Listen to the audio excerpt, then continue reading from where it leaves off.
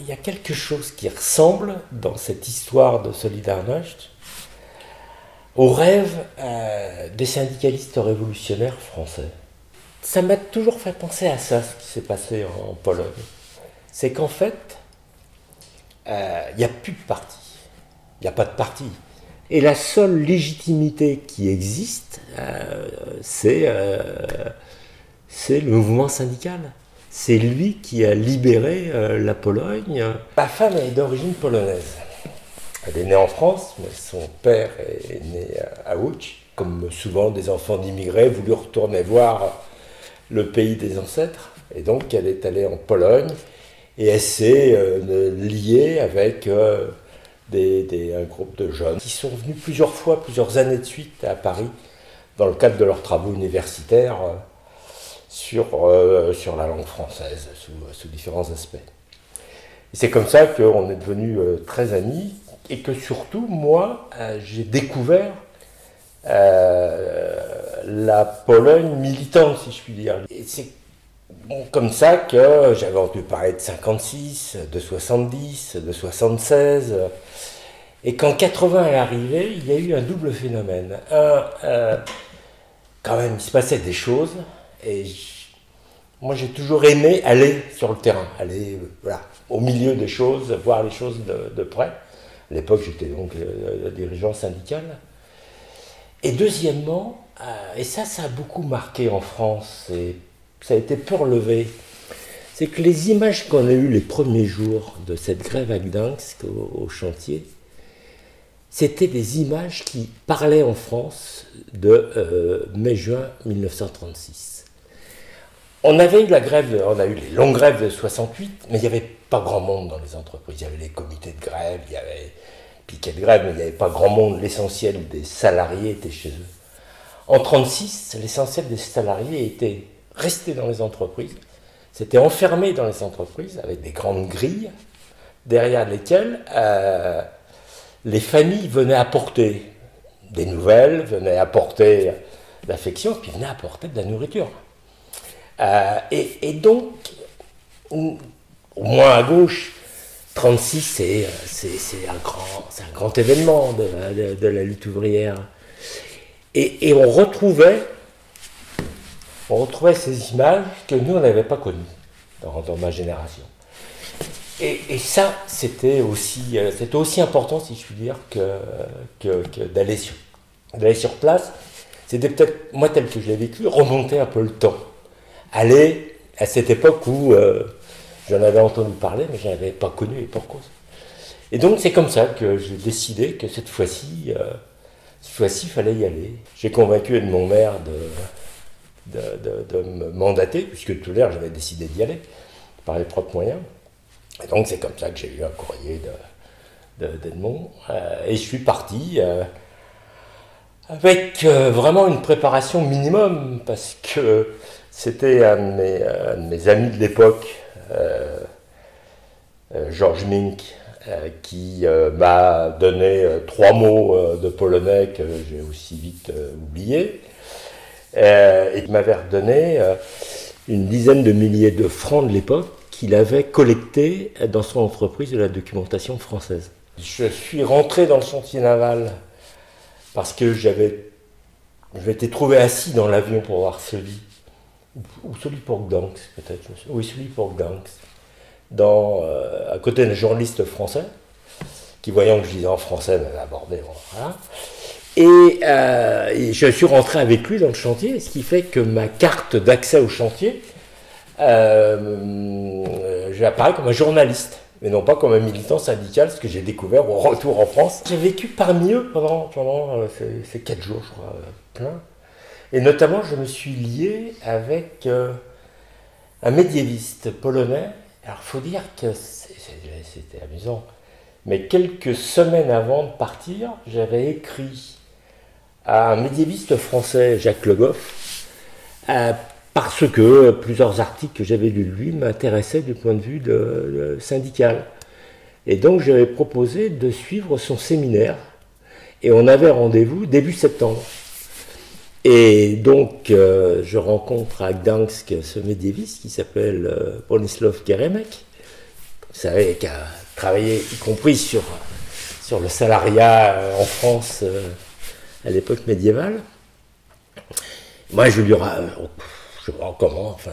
explique ma démarche auprès de Jacques, et il me dit que ça a été son directeur de thèse.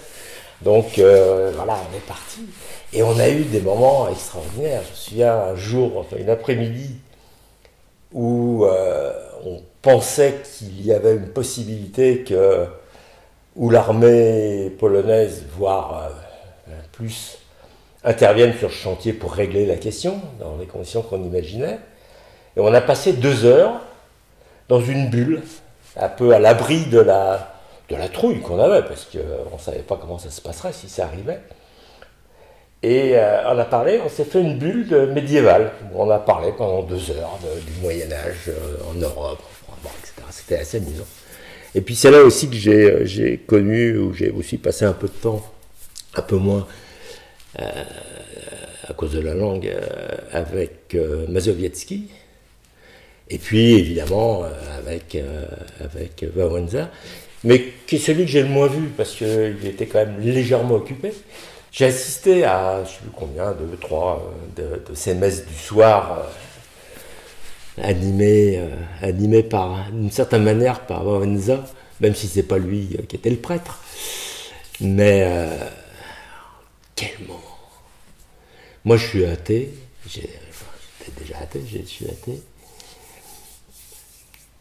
Mais j'ai pas peur de la religion. Moi, ce que je veux pas, c'est qu'on m'oblige à penser. Mais que les autres pensent comme ils veulent, du moment que ça ne nous empêche pas de vivre ensemble. Et en plus, à la CFDT, l'origine, le cœur, d'une certaine manière, de la CFDT, c'est l'action sociale de l'Église. Donc, si j'avais pas supporté des cathos ou des militants, je ne serais pas allé à la CFDT. Donc, ce mouvement où l'Église a joué ce rôle, pour moi, c'était non seulement non gênant, si je puis dire. Il y avait tellement besoin de vaincre sa peur. C'est ça, je pense qu'on a du mal maintenant à imaginer, c'est que les gens avaient peur. Ils avaient peur en temps normal de la police politique. Ils avaient peur parce qu'on ne savait jamais, quand on partait le matin, si on trouverait ce qu'on cherchait à manger ou des ustensiles dont on avait besoin. On avait peur combien de temps allait durer la queue. Et puis, dès qu'on faisait des choses, la répression pouvait s'abattre rapidement et sans aucun contrôle.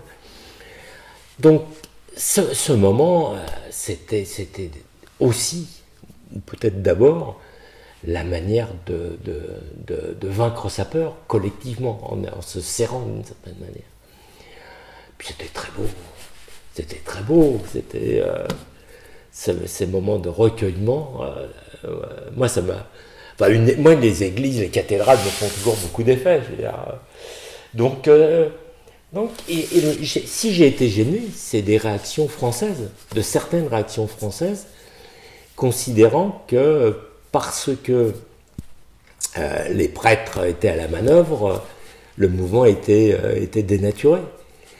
Alors, je ne sais pas si c'est déjà à l'époque ou si c'est après, en ayant lu des choses. Mais le rôle de l'Église a toujours été fondamental dans ce pays, à toutes les époques où ils ont été occupés, dominés par une puissance étrangère. Il n'y a que à l'époque de l'occupation, de la tripartition, c'était le polonais, on parlait à l'Église. On a, dans les années 60, abandonné le latin pendant les messes pour passer au français. En Pologne, ils étaient passés au polonais bien plus tôt parce que c'était le moyen de sauver la langue. J'ai ramassé à Gdańsk une demi-douzaine des premiers bulletins du comité de grève. Je le ramenais à Paris, voilà. Et puis une des toutes premières affiches où on vient de sérigraphier ce nouveau sigle, celui d'Arnacht. Et donc quand j'arrive à Varsovie, je repasse chez ces copains de l'opposition, je leur montre ces bulletins et j'apporte le Saint Graal. Et c'est là que je découvre aussi ce que c'est qu'un pays comme cela, où il n'y a pas de démocratie, et où l'information ne circule pas. C'est inconcevable pour nous, et aujourd'hui encore. Dans nos sociétés, on a beaucoup de mal à imaginer ce que c'est qu'une société non démocratique, pour employer des termes plus précis. L'information ne circule pas, c'est très compliqué de faire circuler l'information. Et donc, il me demande, je passe la nuit à Varsovie, il me demande de leur laisser, de leur faire confiance, de leur laisser ces bulletins qui me redonneront le lendemain matin. Après, c'est de débrouiller pour aller les photocopier, Dieu sait comment, on imagine. Voilà. Et puis, le lendemain matin, je prends l'avion, un peu inquiet quand même. Je craignais pas grand-chose pour ni ma vie, ni mes abattis, si je puis dire, mais je pouvais très bien me faire arrêter pendant quelques heures, quelques jours. Bon, il n'y avait pas de danger, mais un peu contracté quand même. Et j'arrive à Paris, voilà quoi. Moi j'ai vu des choses, et je découvre qu'en France, cette visite a été commentée par tous les journaux, que c'est un événement. Et pour moi, c'est je suis allé porter le soutien, puis c'est tout, quoi. Et c'est un moment très surprenant. À l'aéroport, il y a quelqu'un de la CFDT qui me dit qu'il faut que je parle à personne, que le lendemain matin, je vais passer sur Europe 1 avec Yvan Levaille. Et voilà, et il y a quelque chose qui vu d'aujourd'hui, longtemps après, il y a quelque chose que je ne comprends pas bien, quoi. On donne trop d'importance, d'une certaine manière, à quelque chose qui, pour moi, allait de soi, et était presque aussi une démarche personnelle. Et alors, ce que je leur explique dans les quelques meetings que j'ai faits, puis avec Edmond, maire, c'est que c'est invraisemblable, ce qui se passe là-bas. Ce qui est invraisemblable, c'est que de voir concrètement la classe ouvrière en lutte contre le parti de la classe ouvrière. C'est un mouvement syndical qui prenait une ampleur politique, mais pas du fait des ouvriers et des syndicalistes. Ça prenait une ampleur politique du fait du régime lui-même, qui ne pouvait pas supporter qu'il y ait des revendications d'autonomie, mais aussi des revendications très matérielles de la part d'ouvriers, alors qu'eux, étant le parti de la classe ouvrière, savaient mieux que les ouvriers, évidemment, ce qui était bon pour eux. Pour moi, c'était le fondamental. C'est que dans toute situation, on pouvait se battre. Prendre des risques insensés, parce qu'ils prenaient des risques insensés. On l'a vu un peu après, un an après, avec l'état de guerre. Et c'est, entre autres, que j'ai essayé de faire partager dans les quelques meetings qu'on suivit, que j'ai sans doute mal fait partager quand j'y repense maintenant, mais je ne maîtrisais pas cette réflexion, comme finalement, en ayant travaillé après, je l'ai mieux comprise, sans doute. Je reste persuadé que la victoire de Mitterrand, en 80, tient pour une part à ce qui s'est passé en août 80 avec Gdansk. C'est-à-dire que on pouvait contester les communistes, et on pouvait les obliger à céder, ce qui a été quand même le résultat, au moins dans un premier temps, avec les accords de Gdansk, du 31 août, où on lâche quand même beaucoup de choses, et pendant une année, je suis retourné, je crois, en juillet 80, c'est un autre pays dans lequel on est pendant ces quelques mois entre Gdansk et l'état de guerre. Et donc je pense que ça a contribué à faire baisser la crainte d'une partie de la société française du risque d'une invasion, d'une prise de pouvoir par les communistes. Ça semble sans doute aujourd'hui pour des jeunes générations loin, inimaginable cette idée que les communistes pouvaient prendre le pouvoir en France à l'occasion de la victoire de la gauche au présidentiel. Mais à l'époque, on était dans la guerre froide encore. Et c'est un cadre dans lequel les références étaient de l'époque, quoi. C'était le risque de l'invasion soviétique continuait à exister. Il faut savoir quand même que quand en France on lance, je pense que c'est au début des années 70, il faudrait vérifier, mais on lance en France la construction du char Leclerc. Sa seule utilisation possible, c'est les grandes plaines du nord de l'Europe, c'est-à-dire ce grand passage de l'Union soviétique par la Pologne, l'Allemagne, la Belgique et le nord de la France, où il n'y a pas d'obstacle naturel. Là, s'il y a la guerre avec l'URSS, il y aura une gigantesque bataille de chars dans une énorme plaine. Et donc, il nous faut un char puissant, qui roule vite et qui est très maniable. Et le Leclerc, c'est ça. C'est l'expression de ce qu'on peut penser à l'époque du risque de guerre. Aujourd'hui, ça semble tellement sans aucun sens, je pense, mais c'était ça. Et donc, ces ouvriers polonais qui se mettent en grève et qui finissent par obtenir un accord de fin de grève, pour reprendre des termes classiques, où le pouvoir communiste doit leur céder beaucoup de choses, et où pendant un an, finalement, tout ça va vivre. Je pense vraiment que ça a contribué à un peu dédramatiser le risque communiste en cas d'une victoire de la gauche. Et le paradoxe, d'une certaine manière, mais ça c'est l'histoire toujours, c'est la vie, c'est que c'est les socialistes, c'est le gouvernement socialiste qui, en décembre 80, va devoir assumer l'état de guerre et on lui a beaucoup reproché au ministre des Affaires étrangères de l'époque de l'avoir dit, mais je pense que moi je n'ai pas partagé ce scandale, c'est de dire que bien entendu on ne ferait rien. Qui pouvait imaginer qu'on allait envoyer des troupes en Pologne pour libérer les gens de Solidarność? Évidemment qu'on ne ferait rien, sinon de protester.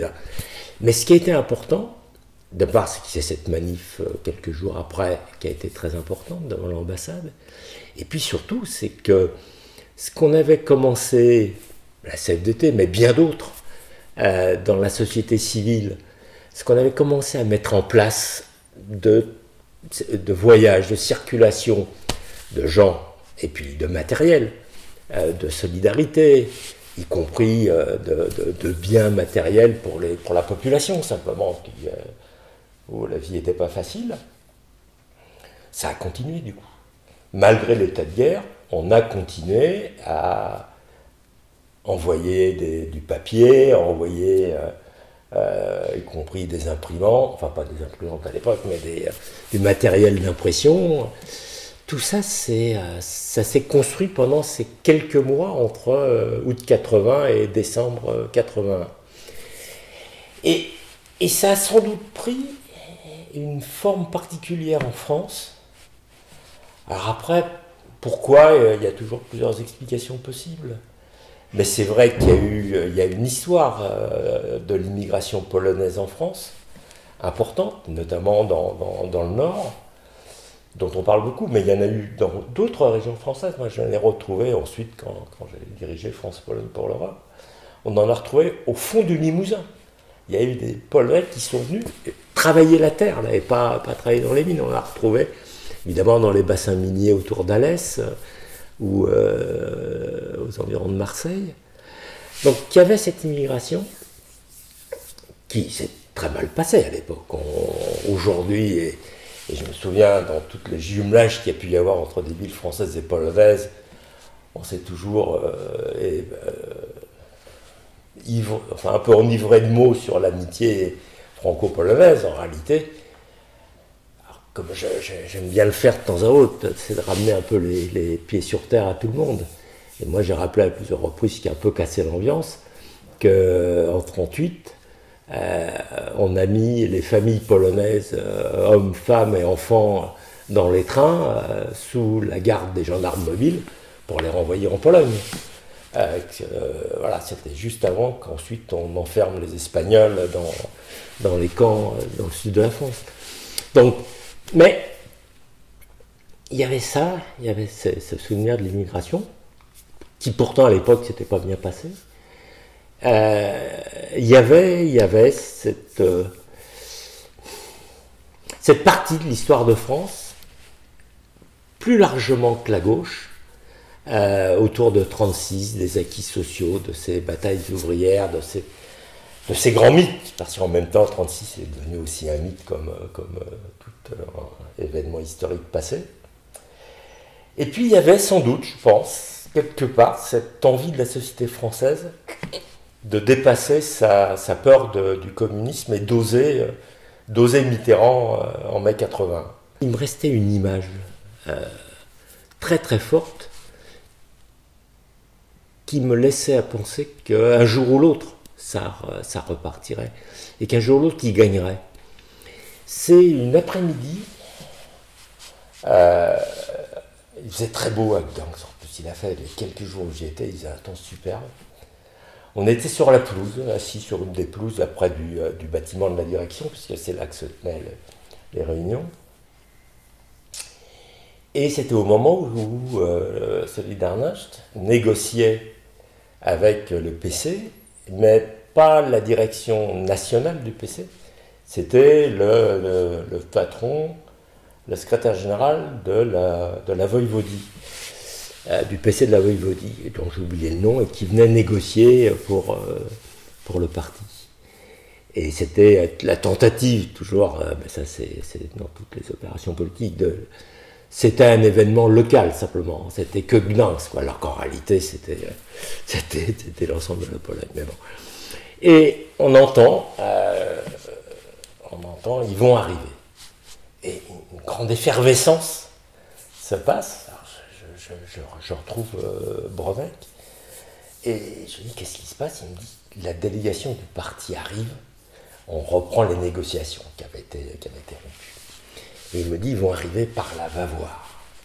Et c'était à l'arrière, l'entrée de service quasiment, de ce bâtiment de la direction. Et là, il y a une haie, une trentaine d'ouvriers, qui encadrent le chemin jusqu'à la porte. Ils sont en bleu de travail, ils sont comme ils sont. Et arrive une délégation d'une demi-douzaine de gens en costard-cravate, et qui passe au milieu de la double haie. Là, je suis encore ému de ce truc. Et t'as les ouvriers qui sont droits, debout, qui regardent à hauteur d'homme.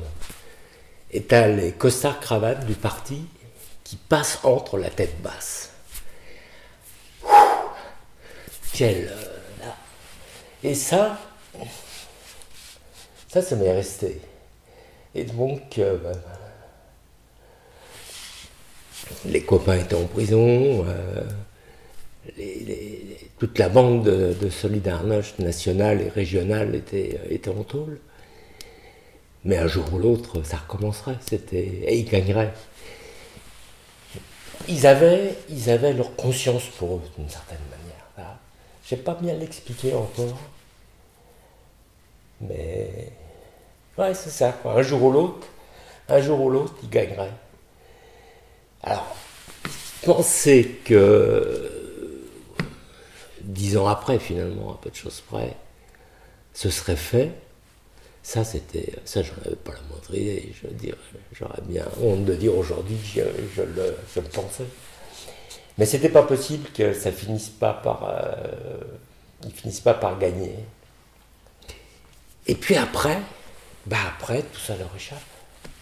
Tout ça échappe à tout le monde. Quand on a été privé de démocratie, et que la démocratie revient, les pays démocratiques qui, eux, ont gardé la démocratie, sont des modèles. Et le modèle, c'est c'est l'Ouest, c'est la consommation de masse, c'est la liberté de faire ce qu'on veut quand on veut. Et à cette époque-là, c'est le libéralisme assumé. Et puis, la Pologne n'a aucun moyen de réaliser sa transformation, sa mutation. Je me souviens parce que j'étais... puisque mon père revenait, j'aimais bien aller à Łódź par ailleurs. Et puis c'est une ville industrielle. Mais cette ville avait perdu quasiment, avec la perte, en s'ouvrant sur le marché mondial, elle avait perdu, dans un premier temps, quasiment 80% de son activité. Parce que les Russes achetaient, les Soviétiques achetaient les produits fabriqués à Łódź, dans des conditions qui étaient celles de la solidarité entre pays socialistes. Mais ils l'achetaient, et donc les usines tournaient. Et là, sur le marché mondial, on n'était plus compétitif. Donc la Pologne n'avait pas les moyens d'assumer de manière autonome sa transformation. Et il fallait donc aller chercher des capitaux, il fallait aller chercher des entreprises, il fallait aller chercher des soutiens. Et c'est eux qui fixaient des conditions. Et donc, je ne pense pas que la question se soit tellement posée d'avoir le choix d'un autre chemin en réalité. Les instances internationales, le FMI, le puissant FMI de l'époque, ne laissait pas le choix aux pays qui les soutenaient. Il fallait adopter les règles du libéralisme. Et Balcerowicz c'est la garantie d'une certaine manière que ce pays ne fera pas n'importe quoi. Je ne crois pas qu'il y avait un autre chemin possible. C'était pas le chemin que je partageais, moi j'étais pas sur cette approche-là. La thérapie de choc, rien que le nom m'effrayait, parce que le choc, j'étais bien placé pour savoir ce que ça voulait dire. Et quand je passais à Łódź, c'était épouvantable. Cette ville elle n'était pas morte, elle était zombiesque d'une certaine manière. Il y avait à Bouger aussi, où j'ai retrouvé la même chose. C'était ça, quoi. Mais en même temps, quel autre chemin aurait été possible, avec qui? On l'a revu 10 ou 20 ans après, hein, avec la Grèce. Les dirigeants français de l'époque ont promis aux Grecs de les soutenir, au gouvernement grec de les soutenir. On a eu des mots de soutien, mais on a accepté toutes les décisions de l'Union européenne qui les a mis dans la situation dans laquelle ils sont. Donc, j'ai tendance à penser, mais c'est peut-être une manière de se rassurer, mais tendance à penser que c'était le chemin inévitable. Aujourd'hui, finalement, qu'est-ce que je pense de tout ça? Et j'ai vraiment une seule réponse. La Pologne est dans l'Union européenne. La Pologne est dans l'Union européenne. En 80, j'avais quoi? J'avais 34 ans. Je ne pensais pas que mes petits-enfants verraient ça. Je ne le pensais pas sincèrement. Et moi, je l'ai vu. Et j'ai été un tout petit peu un rouage parmi plein d'autres de ça. Putain, on y est arrivé. Le reste, c'est terrible pour plein de gens, la situation dans laquelle ils ont vécu, la démoralisation, l'immigration massive, notamment en Angleterre, et la manière dont ils ont été accueillis là-bas aussi, et quand on les a renvoyés. Mais qui pourrait dire qu'on a envie de revenir à avant 80 ?